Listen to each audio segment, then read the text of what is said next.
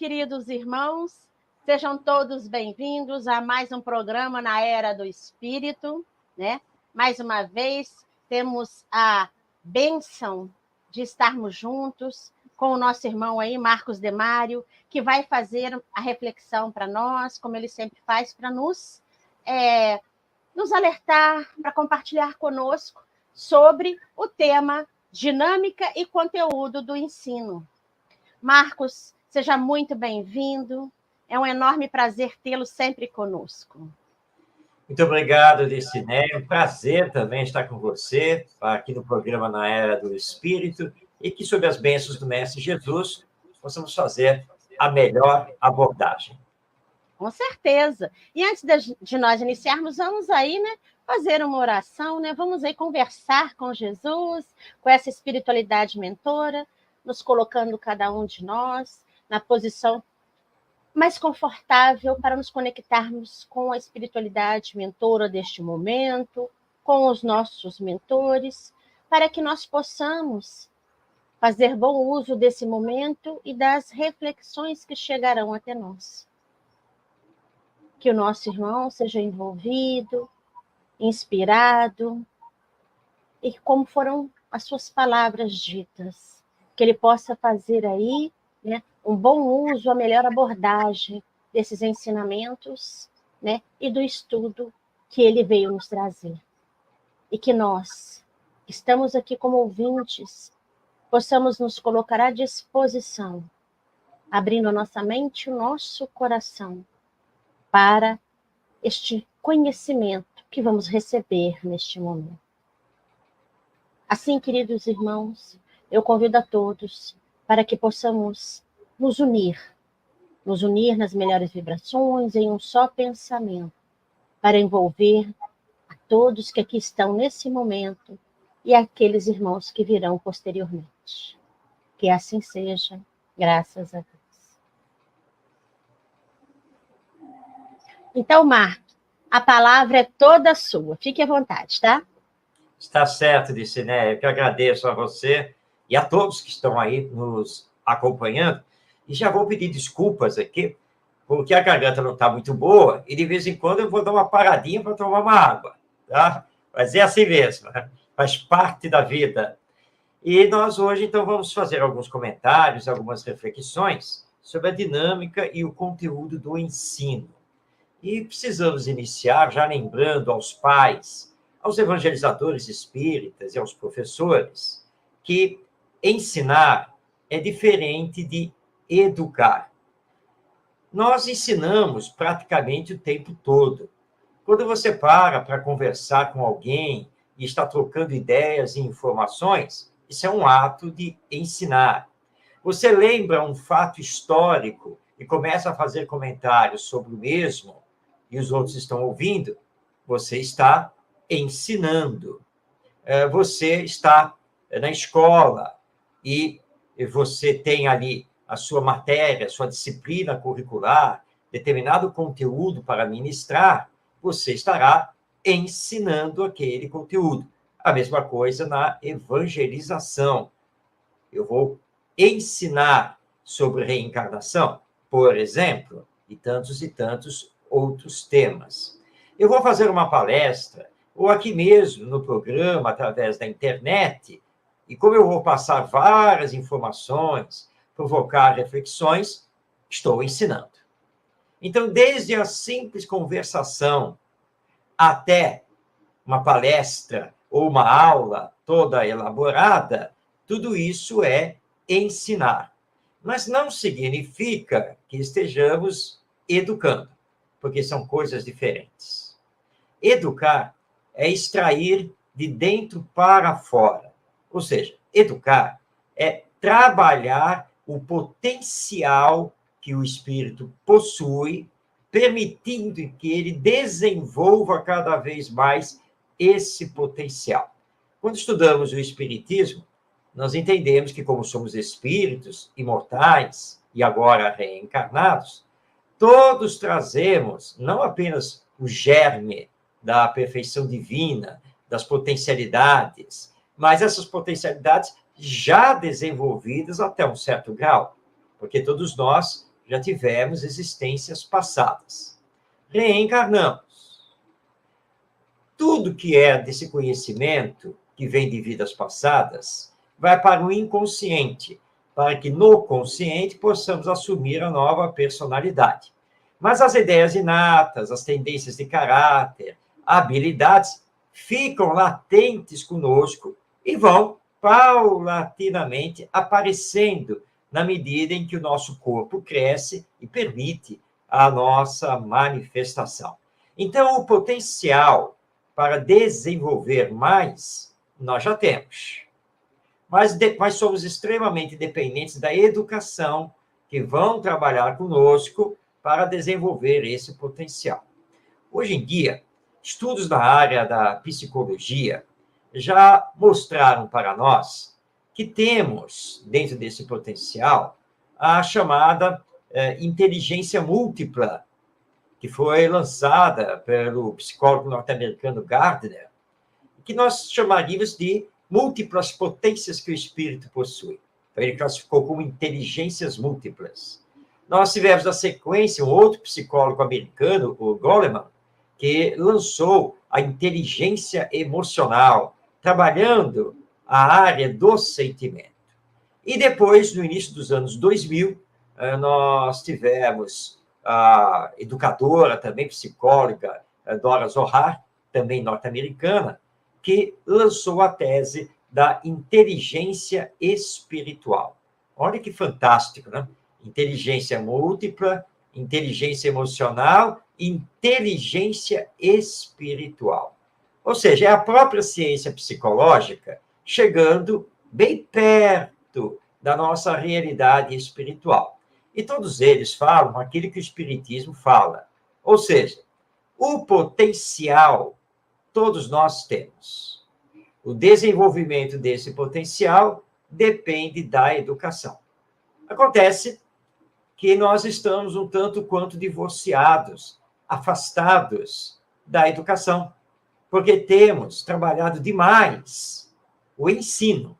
Ou, como diz um famoso educador, nós temos trabalhado demais a ensinagem. Estamos tão preocupados em ensinar, ou instruir,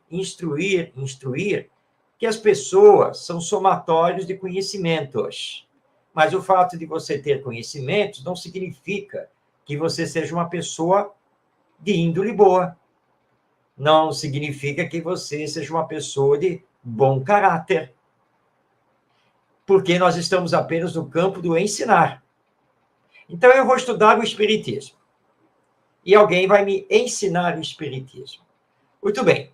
Quem é o primeiro que vai me ensinar? Allan Kardec.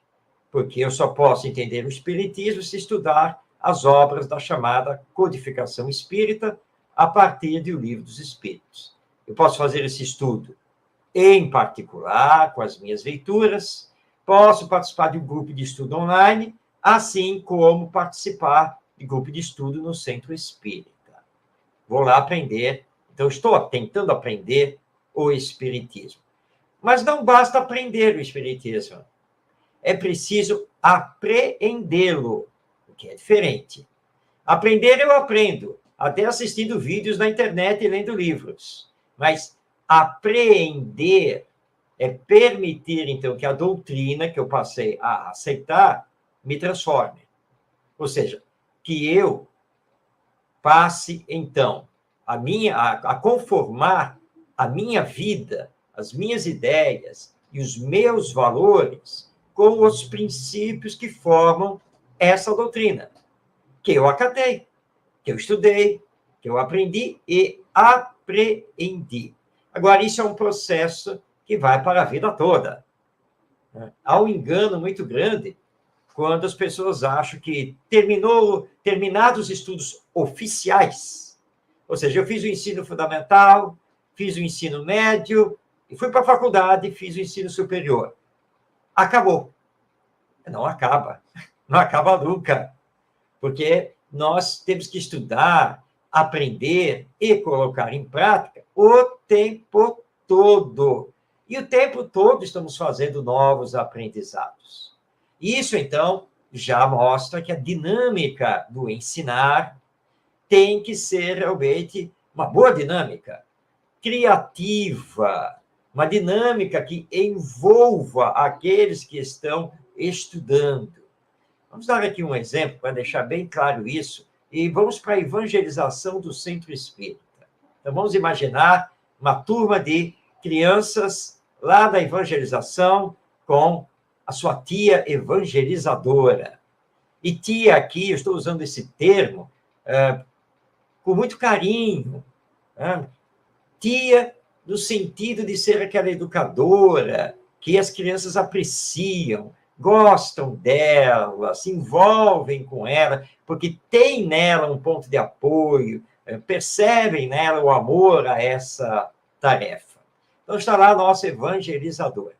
Imaginemos aqui uma turma que está assim na faixa de 9, 10 anos de idade. Ela, então, explica a eles, e eles sentados em cadeiras, explica a eles que ela vai contar uma história. E que a partir daquela contação de história é que vai desdobrar, então, o tema, né, e as atividades. E ela pega, então, e começa a contar a história. Só que ela não usa nenhum tipo de ilustração, não usa um PowerPoint com imagens, por exemplo, nada. As crianças ficam quietas, sentadas nas cadeiras, e ela, blá, blá, blá, blá, blá, contando a história. E termina. Isso não é dinâmico. Ela precisava, na verdade, ter utilizado outra técnica de ensino. Poderia ter providenciado uma apresentação em PowerPoint, mas digamos que não exista esse recurso disponível, que já é um recurso mais tecnológico.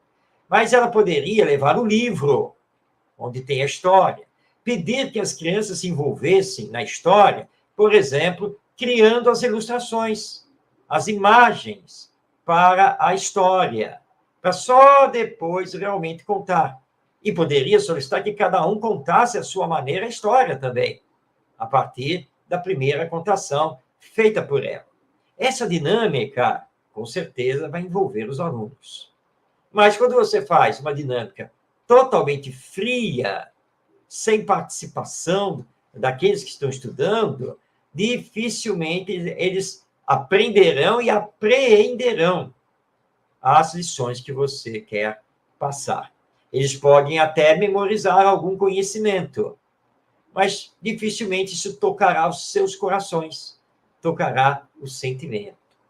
E aí, então, eu vou trazer aqui nessas reflexões a questão 889 de O Livro dos Espíritos. Nessa questão, pergunta Kardec: não há homens reduzidos à mendicidade por sua própria culpa?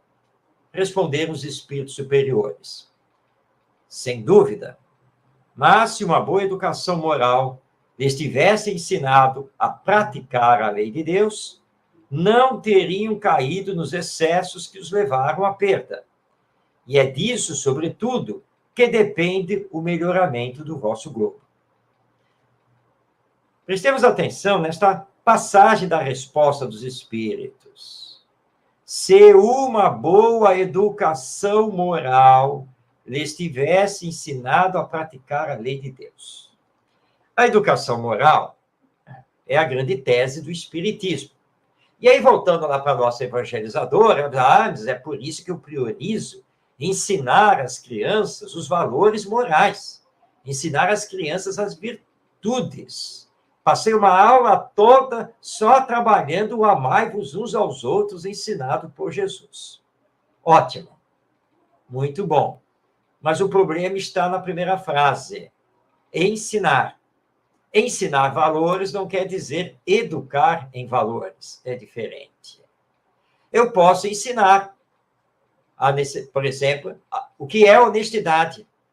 Porque devemos ser honestos. Solidariedade, bondade, caridade, fraternidade, são todas virtudes. Eu posso ensinar. Posso ensinar a eles o que é o amor. Posso até dar muitos exemplos.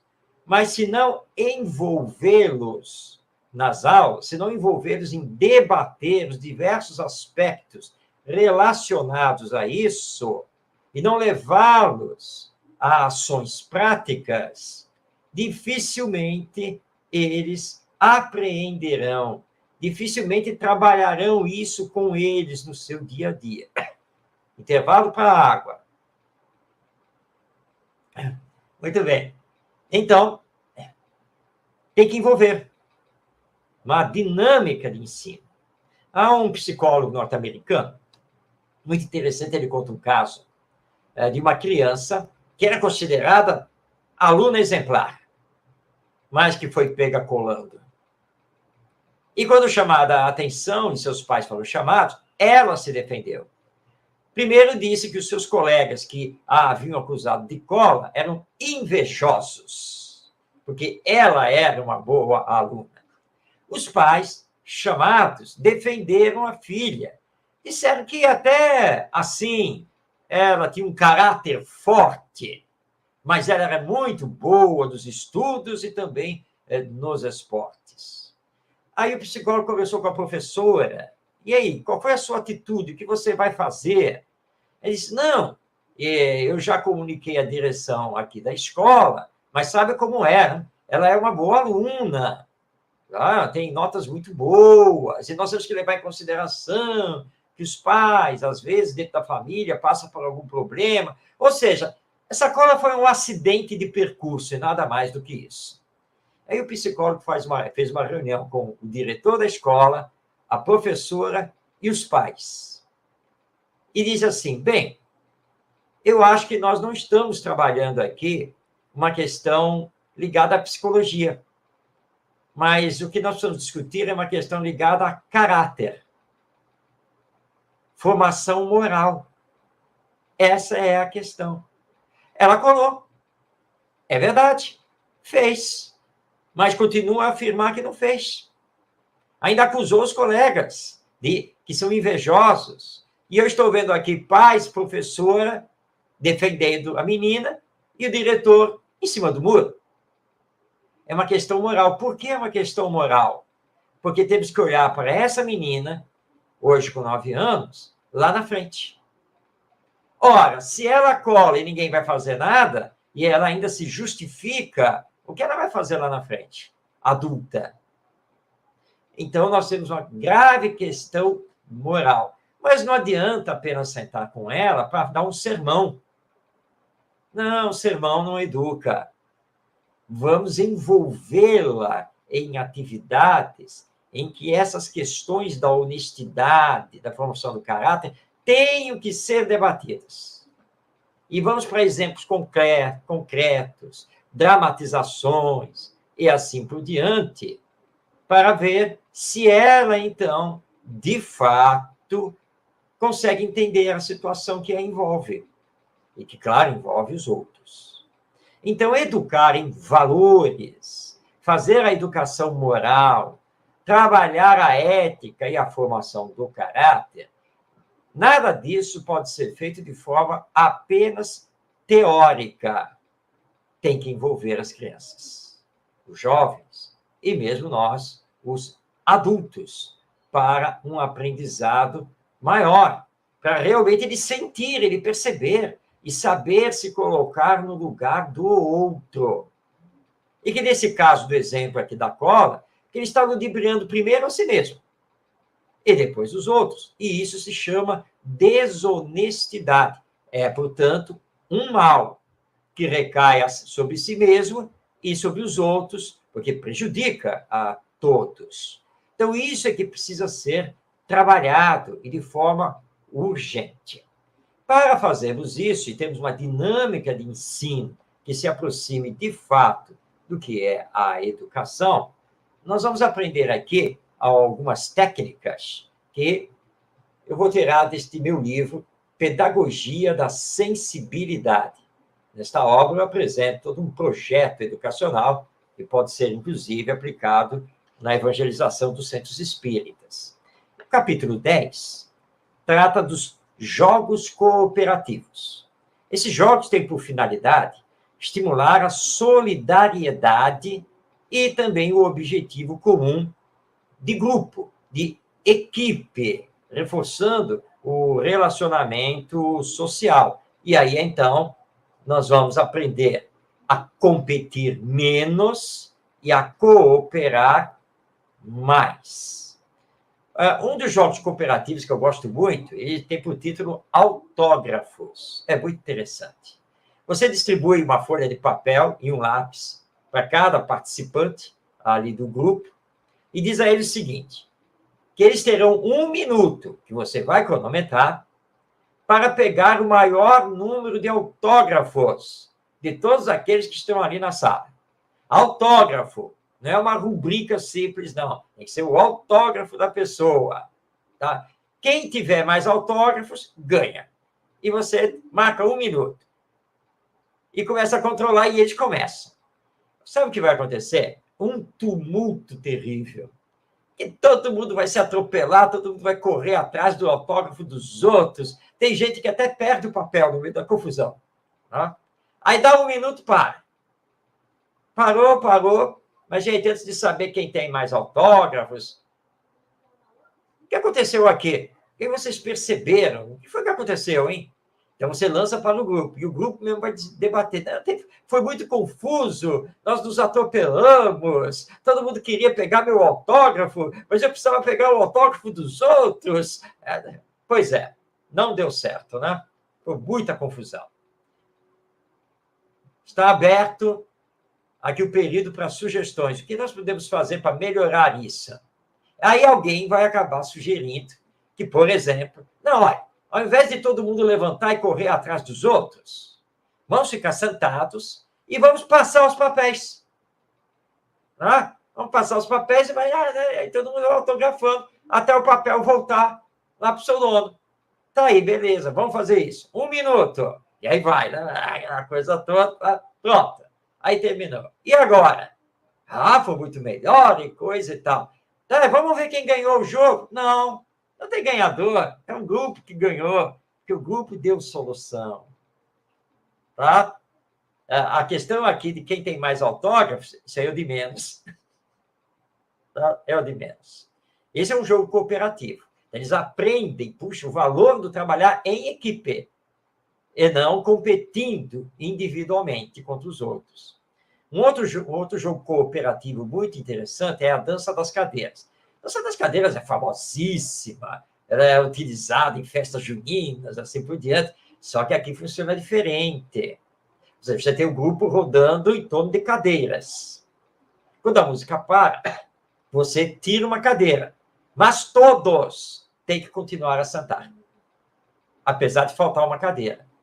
Aí todo mundo sentou, deu um jeito de sentar, volta a música, todo mundo andando em círculo, e você tira a outra cadeira. E a regra continua a mesma. Todos têm que sentar. Disse, né? E quando estão nos acompanhando, já dá para imaginar, bom, mas se está tirando as cadeiras e todos têm que sentar, só se eu sentar no colo de quem sentou na cadeira. É uma solução. Sentar no colo, sentar no pé do outro, agarrar no outro, porque todos têm que sentar. Até ficar uma cadeira. Aliás, precisa usar uma cadeira forte, tá, gente? Senão vai todo mundo para o chão. Então, até sobrar uma cadeira. E todo mundo tem que sentar. Sabe o que acontece enquanto você começa a ter as cadeiras? Eles começam a se solidarizar. Não, deixa... Fulano, senta você primeiro, que você é mais forte. Aí, não sei o quê, que eles começam a entender que eles têm que fazer uma pilha humana até o final. E, claro, quem é o vencedor? É o grupo, que entendeu que precisava trabalhar em equipe e que todos precisavam ser solidários. É fantástico trabalhar essa dança das cadeiras nesse formato. Eu vou dar um terceiro jogo cooperativo, que eu gosto muito, que é o Seguindo o Chefe. Esse aqui é divertido, é hilário, mas com grandes lições. Você divide a turma em grupos de 5. Então, são 5 pessoas em cada grupo. E diz a eles o seguinte, que numa folha de papel, com um lápis, e apenas com essa folha de papel e esse lápis, que vai ficar entre eles, de preferência, a atividade deve ser feita no chão, eles precisam desenhar um barco, ou um avião, o que você pedir lá para eles desenharem. Mas, para isso, cada componente do grupo tem que obedecer determinadas características. Então, vamos lá. O primeiro educando, ele é cego e só tem o braço direito. Então, ele vai ter que fazer atividade com os olhos fechados e só pode usar o braço direito. O segundo educando também é cego e só tem o braço esquerdo. Coitado dele se não for canhoto, né? O educando número 3 também é cego e surdo. Então, tem alguém dentro do grupo que não ouve e ele tem que se colocar nessa posição. O quarto educando é cego e mudo. Então, ele não vê, não fala, mas ouve. E o quinto educando não é cego, esse enxerga, mas não tem os braços. Então, eles têm que se colocar nessa caracterização e, para desenhar, por exemplo, aqui o barco, é o seguinte, um começa e só pode fazer um traço, e tem que passar o lápis para o outro, que só pode fazer um traço, né? E assim sucessivamente. Bem, Dircineia e todos que estão nos acompanhando, já dá aqui para imaginar a confusão, o problema. Mas o jogo cooperativo se chama Seguindo o Chefe. Eu já apliquei esse jogo, dezenas e dezenas de vezes. Nunca grupo nenhum conseguiu desenhar, seja a flor, seja um barco, seja um avião, seja lá o que for. E aí vem a grande pergunta, qual foi o problema? E eles levam tempo para entender. Gente, é um jogo cooperativo que tem por nome Seguindo o Chefe. Quem devia ser o chefe do grupo? Aquele que enxerga. Ele não tem os braços, mas ele enxerga. Todos os outros são cegos. Como é que o ceguinho quer comandar o grupo, minha gente? E aí, então, eles aprendem essa grande lição e aprendem, com esse jogo cooperativo, a empatia. O que é se colocar no lugar de alguém que tem algum tipo de deficiência. Com essas técnicas, e aqui nós aprendemos 3 jogos cooperativos, nós vamos ter um ensino muito mais dinâmico e os nossos educandos, sejam crianças, jovens ou adultos, tenderão não apenas a aprender, mas tenderão a apreender, interiorizar aqueles conceitos, aqueles valores, para passar a viver com eles na nossa vida. Bem, já estamos chegando ao final, né? E essas eram as reflexões que nós queríamos trazer a todos sobre essa questão da dinâmica do ensino. Dircineia? Marcos, muito interessante, né?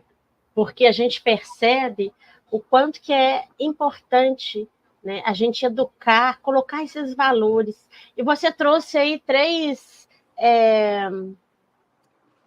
dinâmicas que são simples, mas que ajudam muito, né? Ajudam eles a saber que eles têm, sim, que se ajudar mutuamente. E que a gente nunca está sozinho, né? Você passou, a gente não está sozinho, a gente tem um outro, né? E a gente pode pedir ajuda, assim como a gente tem que ajudar. A gente vai criando esses valores, né? Nas nossas crianças, nos nossos jovens, o que é muito importante, e a gente está precisando muito disso, né? Dá vontade de fazer isso com um monte de adulto, né, Marcos? Vamos pôr o pessoal aí para trabalhar mais junto, para sentir mais essa necessidade de... Não é necessidade, né? Essa forma aí de cooperação. É isso aí. Isso é muito importante. Meu amigo, muito obrigada. A gente podia ficar aqui bastante tempo, mas eu sei que, como ele falou, né, a gente a garganta ali, o Marcos está saindo de um resfriado, então a gente tem que ir devagar, né? Vai devagar, a gente vai ter outras oportunidades, ele vai estar mais restabelecido também. A gente fala mais uns minutinhos da próxima vez, né, meu amigo? Então tá bom. Então a gente te agradece, receba o nosso abraço carinhoso.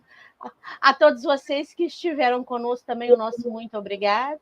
E a gente vai agradecer, né? Vamos aí conversar com Jesus, com os nossos benfeitores, que a gente não pode deixar de agradecer nesse momento esta bênção que foi, essa reflexão que o nosso irmão nos trouxe, que nós possamos fazer bom uso desses entendimentos, que nós possamos aí fazer bom uso do que o nosso irmão compartilhou conosco para colocar nos corações dos nossos irmãos esses valores morais que o Mestre Jesus nos trouxe. Então, nós só temos a agradecer com o coração cheio de alegria e pedir ao Pai que possamos estar sempre disponíveis para esta reflexão e qualquer outra sobre o Evangelho de Jesus e sobre os seus ensinamentos. Gratidão, que assim seja. Bom, mais uma vez a gente agradece ao nosso irmão Marcos, tá? A gente agradece a todos vocês, aguardando para um próximo programa, né? Na Era do Espírito, e que todos nós sejamos envolvidos pelas benesses desse momento. Um grande abraço a todos e fiquemos todos em paz. Tchau, tchau!